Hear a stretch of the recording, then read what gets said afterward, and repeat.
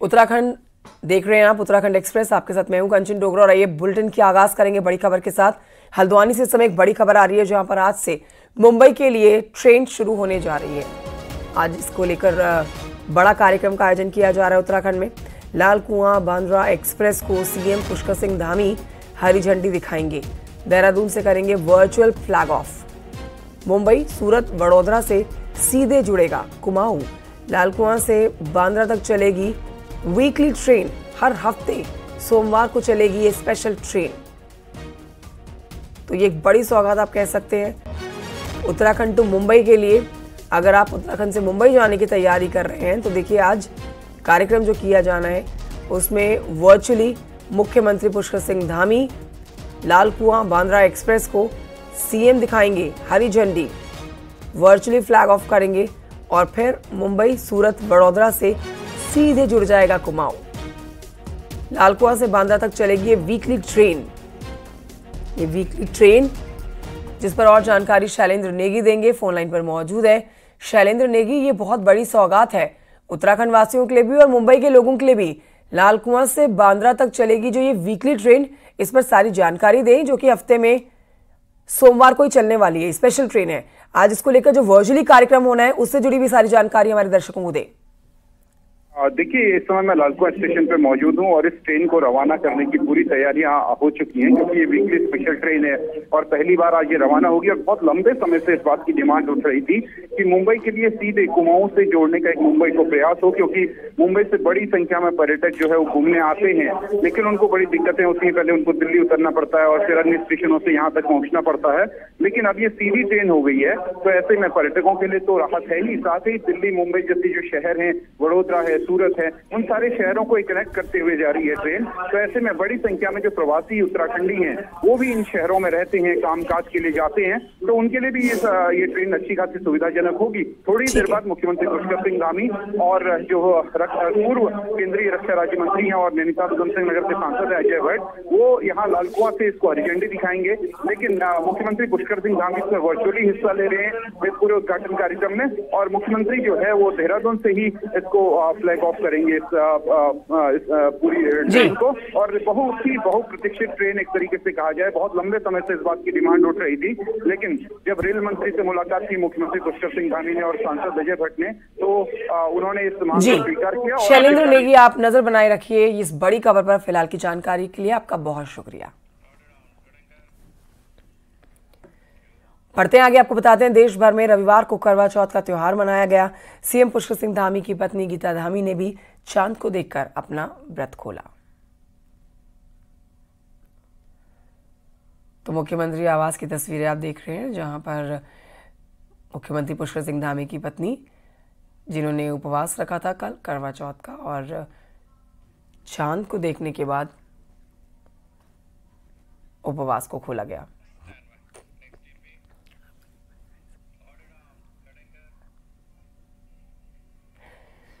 CM Pushkar Singh Dhami ने बिजली उत्पादन और डिस्ट्रीब्यूशन से जुड़े हुए नियमों को हिदायत दी है।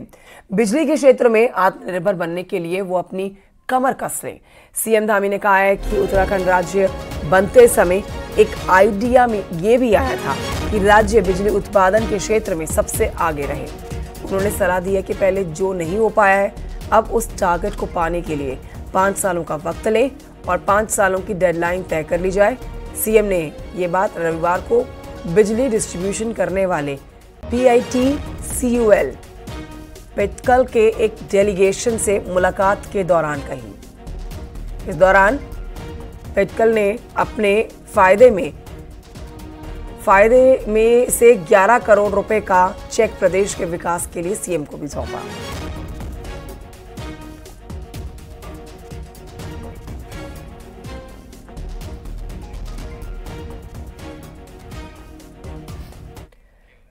बीजेपी से क्या महिला और मुसलमान छिटक रहे हैं? ये बड़ा सवाल है। बीजेपी मेंबरशिप के ताजे आंकड़े तो यही कह रहे हैं। आंकड़ों के इस ताजा ब्रेकअप ने पार्टी नेतृत्व की भी चिंता बढ़ा दी है। देखिए रिपोर्ट।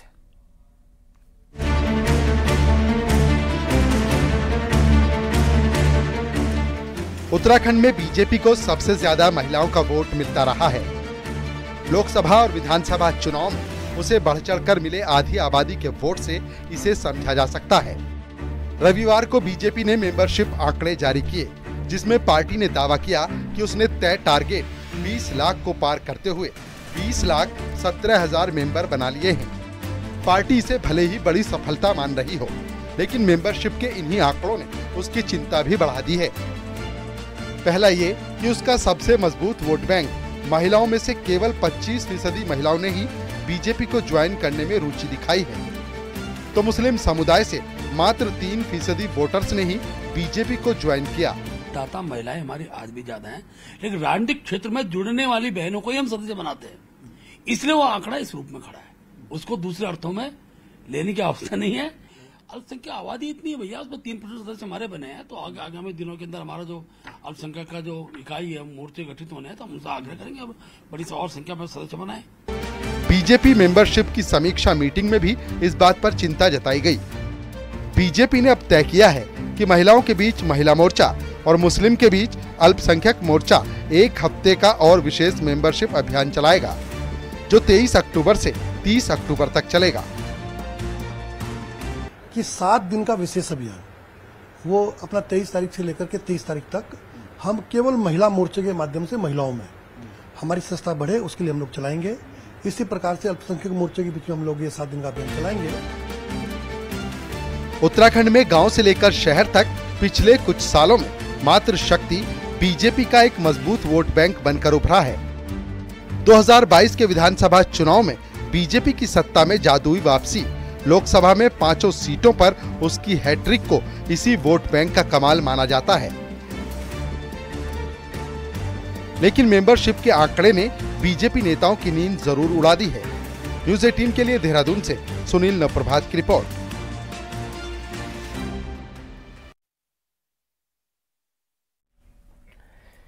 विधानसभा अध्यक्ष ऋतु खंडूरी रविवार देर शाम बद्रीनाथ धाम पहुंची हैं, जहां पर बद्री केदार मंदिर समिति के उपाध्यक्ष किशोर सिंह पंवार से उनका स्वागत किया है। स्पीकर भगवान बद्री विशाल की शयन आरती में शामिल हुई थी और प्रदेश की सुख समृद्धि की इन्होंने कामना की है।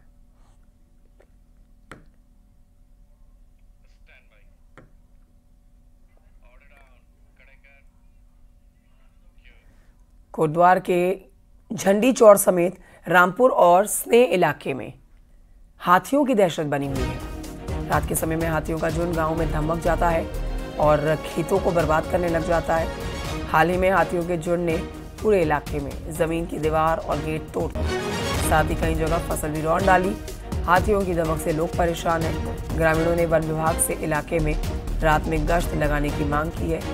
दोनों इलाके जंगल से सटे हुए हैं, ऐसे में आए दिन इन इलाकों में हाथियों की धमक बढ़ जाती है।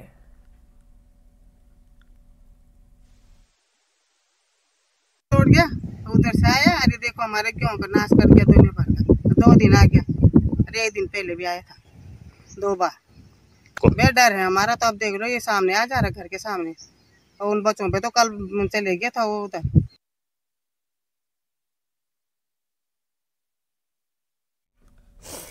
इस खबर पर और जानकारी देंगे कोटद्वार से अनुपम भारद्वाज लाइव हमारे साथ इस समय मौजूद है।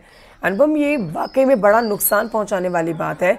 इतनी मेहनत से यहाँ पर खेती की जाती है, लेकिन चुटकी भर में हाथी यहाँ आके पूरे इलाके को बर्बाद कर जाते हैं, खेती को बर्बाद कर जाते हैं। नुकसान तो किसानों को देखना पड़ता है। क्या एहतियातन कदम उठाए जाएंगे अब आगे इस खबर आने के बाद? देखिए कंचन, जो सभी इलाके हैं, चाहे झंडी चौड़ का इलाका हो, सने का इलाका हो, लालपानी या फिर रामपुर का जो इलाका हो, ये सारे इलाके जंगल से सटे हुए हैं और ज़्यादातर जो हाथी है वो उन इलाकों में पहुंच रहे हैं जहां पे सुरक्षा दीवारें टूट चुके हैं या फिर बनी नहीं है। तो कहीं ना कहीं हाथियों को जो ग्रामीण इलाकों में है उनमें आने का, जो खेती वाले जो क्षेत्र है वहां पे आने का एक मौका मिल जाता है। रात के समय ज़्यादा उनको आसानी होती है, तो पूरा झुंड का झुंड पूरे इलाकों में पहुंच जाता है। हाल ही में हमने देखा कि जो झंडी चौड़ का जो इलाका है वहां पे जो यूपी के जो जंगल से हैं वहां से हाथी पूरे इलाके में पहुंच गए और उन्होंने दीवार भी तोड़ दी एक मकान की।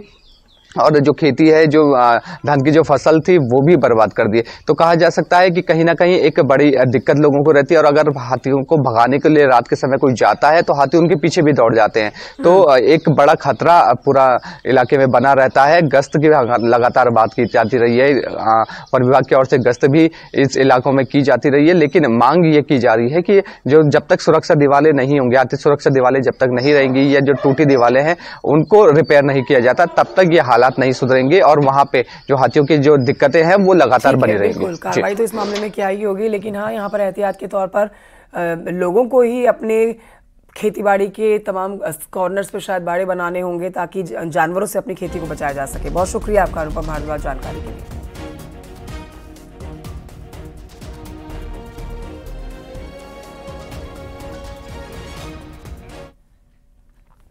रुड़की के सिविल लाइन कोतवाली क्षेत्र के नगला इमरती के बाईपास पर बाइक सवार बदमाशों ने एक थार गाड़ी पर ताबड़तोड़ फायरिंग कर दी।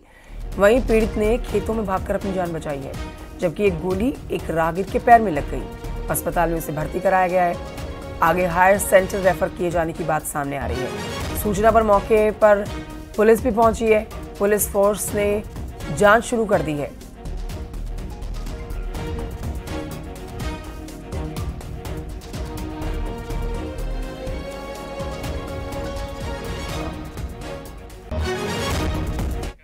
और इस वक्त की बड़ी खबर आपको बताएंगे। हल्द्वानी से बड़ी खबर आ रही है, जहां पर आज से मुंबई के लिए ट्रेन शुरू होने जा रही है।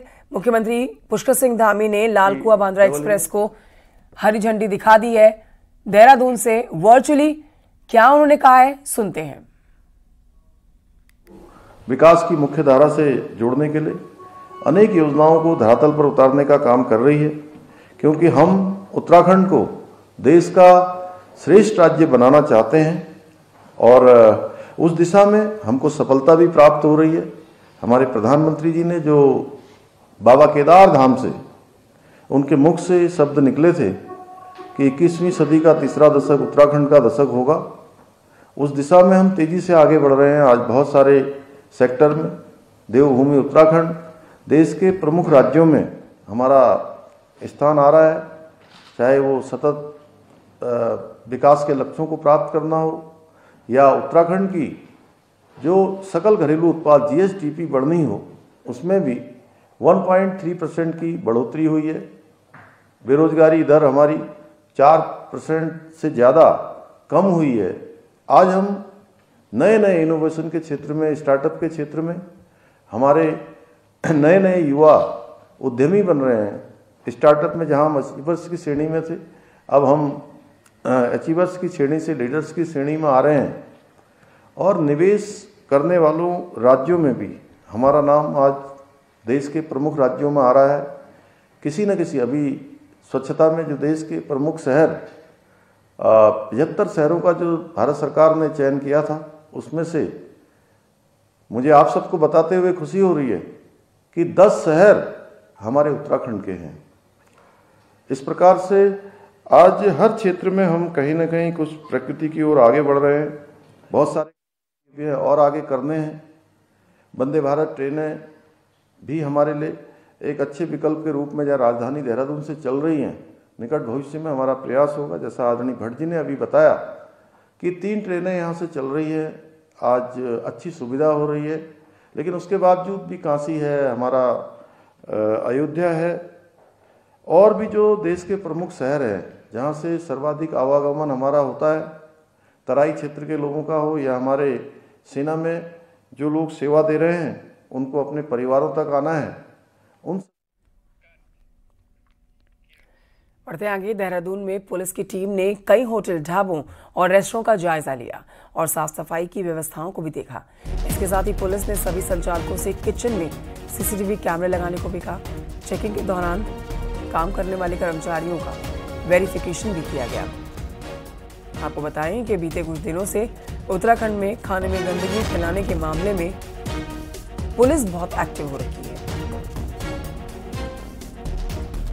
लगता है कि ये नेचुरल एक उसमें आना चाहिए, सभी के हैबिट में भी आना चाहिए कि जो चीज़ें हमें परोसी जा रही हैं या हम एक विश्वास के साथ कहीं ढाबे या रेस्टोरेंट में जाते हैं तो उसकी स्वच्छता बरकरार रहे, और कहीं भी कोई गलत हरकत अगर कर रहा है इस तरह की तो कैमरे होने के कारण रिकॉर्ड भी हो, उसको चेक किया जा सके। तो मुझे लगता है इसका काफ़ी इम्पैक्ट पड़ रहा है, लोग इस पर ध्यान दे रहे हैं।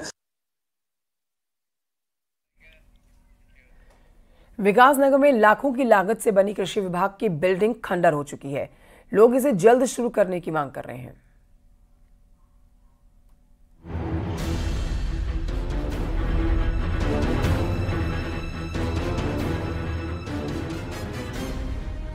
किसानों को उनकी फसलों की वाजिब कीमत मिल सके, इसके लिए क्वांसी में 15 साल पहले कृषि मंडी खोली गई थी, लेकिन जो आज तक चालू ही नहीं हो पाई और अब बिल्डिंग खस्ता हाल है और किसान परेशान है।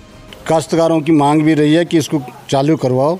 जो हमारा कृषि बहुल्य क्षेत्र है इसमें जो है किसानों को लाभ मिलेगा, और उसके बाद सरकार जो है दिन प्रतिदिन इसको भूलती गई और आज खंडर के रूप में खड़ी है, और इसमें जो है आवारा पशु प्रवेश कर रहे हैं। उनके लिए ये सिर्फ मंडी बनी हुई है। क्वांसी के किसानों को अपनी फसलों को बेचने के लिए 80 से 150 किलोमीटर दूर विकासनगर और देहरादून की कृषि मंडी जाना पड़ता है, जहां फसल ले जाने में किसानों का समय और पैसा दोनों बर्बाद होता है, और बरसात में रोड बंद होने की वजह से किसानों की फसल खराब हो जाती है। वहीं किसान मंडी को जल्द से जल्द चालू करने की मांग कर रहे हैं। बरसात में तो ये रोडें सब टूट फूट जाती है, समय पे पहुंच नहीं पाते हैं। हमारे माल तो बरसात के तो सब माल ऐसे होते हैं जो समय पे अगर ना पहुंचे तो खराब हो जाते हैं, और अगर ये मंडी दोबारा चालू होती है तो अगर उतने बढ़िया दाम नहीं मिल पाते हैं तो खराब तो कम से कम नहीं होगी सब्जियां। लाखों की लागत से बनी बिल्डिंग खंडहर और जानवरों का तबेला बन चुकी है। बिल्डिंग में दुकानों के शटर और बिजली के स्विच तक चोरी हो चुके हैं। न्यूज़ 18 के लिए विकासनगर से कुलदीप चौहान की रिपोर्ट।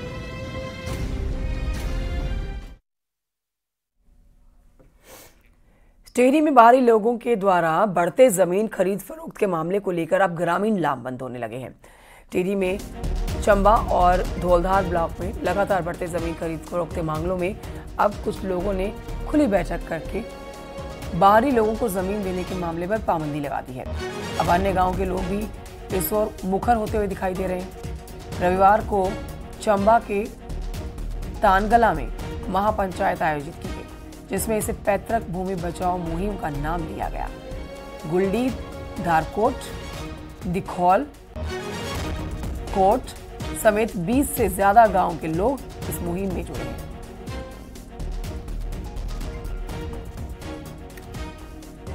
लोगों का बहुत बड़ा दुर्भाग्य है, हम अपनी जमीन के लिए महापंचायत करनी पड़ रही है, क्योंकि ये करना भी अब जरूरी है, क्योंकि जब वो उदाहरण दिख रहे हैं तो कभी पैसे की जरूरत पड़ जाती है या थोड़ा बहुत कोई ऐसी आपदा आ जाती है एक परिवार में, तो हम सोचते हैं चलो एक खेत बेच देते हैं, 2 खेत बेच देते हैं, तो वो लोग जो है हमारा क्या कर रहे हैं कि दलाल बन के जो है भूमि के वो खरीद रहे हैं, उसके बाद बाहरी लोगों को बेच रहे हैं। लॉकडाउन के टाइम पे हम यहाँ आए, हमने देखा यहाँ का एनवायरनमेंट देखा, सब कुछ देखा, सारे लोग गांव की तरफ भागे। लोगों ने यहाँ पे अपने जिनके घर नहीं थे उन्होंने घर भी बनाए कि फ्यूचर में हमें जरूरत पड़ सकती है। तो मैंने यहाँ की अहमियत को समझा और उसके बाद मैंने डिसाइड किया कि ये हमारी जमीन है और हम इसके लिए लड़ेंगे। राजधानी देहरादून की सड़कों पर जाम छलकाने पर अब पुलिस ने कार्रवाई की है। पुलिस ने अभियान चलाकर सड़क किनारे गाड़ियों में बैठकर शराब पीने वालों के कई लोगों के चालान काटे हैं। करीब 3.5 लाख रुपए के राजस्व भी वसूली की है। साथ ही पुलिस ने 100 से ज्यादा गाड़ियों को सीज भी कर दिया है। वहीं इस मामले में एसएसपी देहरादून का कहना है कि त्योहारी सीजन को देखते हुए यह अभियान शुरू किया गया है। सड़क किनारे शराब पीने वालों के चालान काटे जा रहे हैं।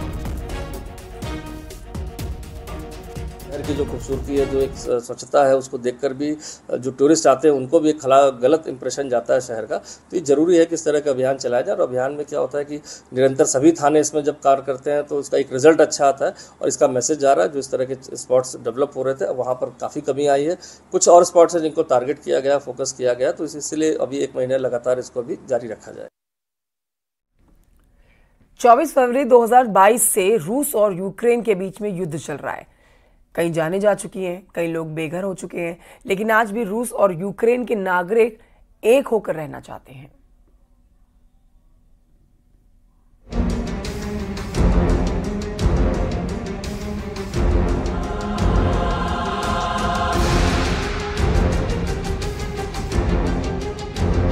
और यूक्रेन के बीच भले ही अभी युद्ध चल रहा हो, लेकिन इन दोनों देशों के नागरिक इस बाइक रैली में अपने देशों के मतभेदों को भुलाकर एक साथ शामिल हुए। वाइब्रेंट विलेज में पर्यटन को बढ़ावा देने के लिए इस बाइक रैली का आयोजन किया गया था। दोनों देशों के पर्यटक भारतीय संस्कृति को देखकर इतने खुश हुए कि अपने देश की लड़ाई को भूलकर शांति की प्रार्थना करने लगे। Many people, we are human and we understand everyone and we don't need to use fighting for solve some situation. Just listen our heart. रूस के युवा बाइक राइडर्स ने भारत की नीति घाटी को देखा तो बद्रीनाथ धाम के दर्शन कर भगवान का आशीर्वाद भी लिया और कहा कि हमें यहाँ आकर एक अलग ही अनुभव मिला है। स्कीइंग माउंटेनिंग एसोसिएशन का कहना है कि इन लोगों को देखकर ऐसा लगता ही नहीं है कि दोनों देशों के बीच जंग छिड़ी हुई है। हालांकि एसोसिएशन का उद्देश्य उत्तराखंड में पर्यटन को बढ़ावा देना है, साथ ही प्रार्थना की दोनों देशों के बीच जल्द शांति कायम हो। And I want to say for all nations, for all religions, for all people on the earth, please think about nature, think about our new generation. Please stop all wars. फिर ये देवभूमि है, देवभूमि में सभी लोगों का, उनके चरणों में सभी का स्वागत है। तो हो सकता भगवान ने ही ये सबको मिलाया होगा और अच्छा है अगर यहाँ से पॉजिटिव मैसेज आए कि सब लोग एक हो रहे हैं। प्राचीन भारत से ही भारत की परंपरा वसुधैव कुटुंबकम की रही है, यानी संपूर्ण संसार एक परिवार है। इसी संदेश को लेकर रूस और यूक्रेन के नागरिक उत्तराखंड से वापस अपने देश को लौट गए। उम्मीद है कि ये संदेश जल्द ही दोनों देशों को समझ में आए और उनके बीच चल रहा युद्ध खत्म हो जाए। चमोली से न्यूज़ 18 के लिए नितिन सेमवाल की रिपोर्ट।